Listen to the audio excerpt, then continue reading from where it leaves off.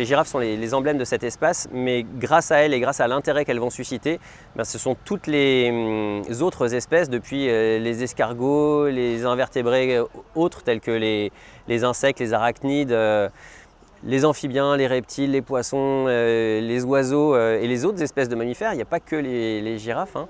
C'est vraiment toute la biodiversité, la diversité du vivant de deux grands écosystèmes africains que sont la savane arbustive nord-africaine et la forêt de Haute-Guinée qu'on essaye de mettre en avant et autour de laquelle on essaye de sensibiliser.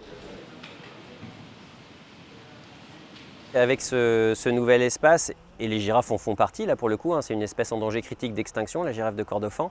C'est l'espèce de girafe la plus menacée et c'est pour cela qu'on l'a choisie aussi. On s'ancre une nouvelle fois dans les valeurs historiques portées par le parc, que sont la préservation de la biodiversité, à la fois d'espèces connues comme la girafe de Kordofan, mais d'espèces aussi beaucoup plus méconnues. Et là, on réussit à créer un espace qui va attirer du monde grâce aux girafes, et on incitera les gens à connaître d'autres espèces actuellement très méconnues et pourtant très menacées.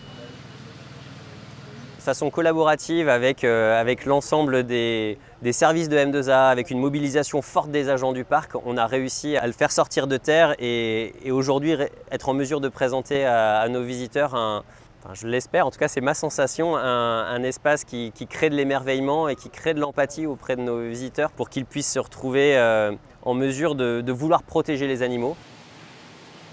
On espère bien qu'on va pouvoir mener à bien nos missions, et pour ce faire, il faut qu'on ait des visiteurs. Si on veut pouvoir sensibiliser, il faut qu'on ait des visiteurs qui viennent. Si on veut pouvoir financer davantage de projets de conservation avec cet 1 € pour la conservation sur chaque billet d'entrée, évidemment, il faut qu'on ait davantage de visiteurs.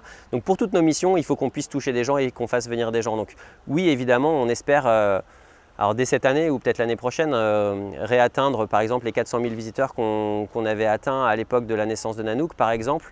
Mais voilà, on sait que c'est un objectif vers lequel on tend.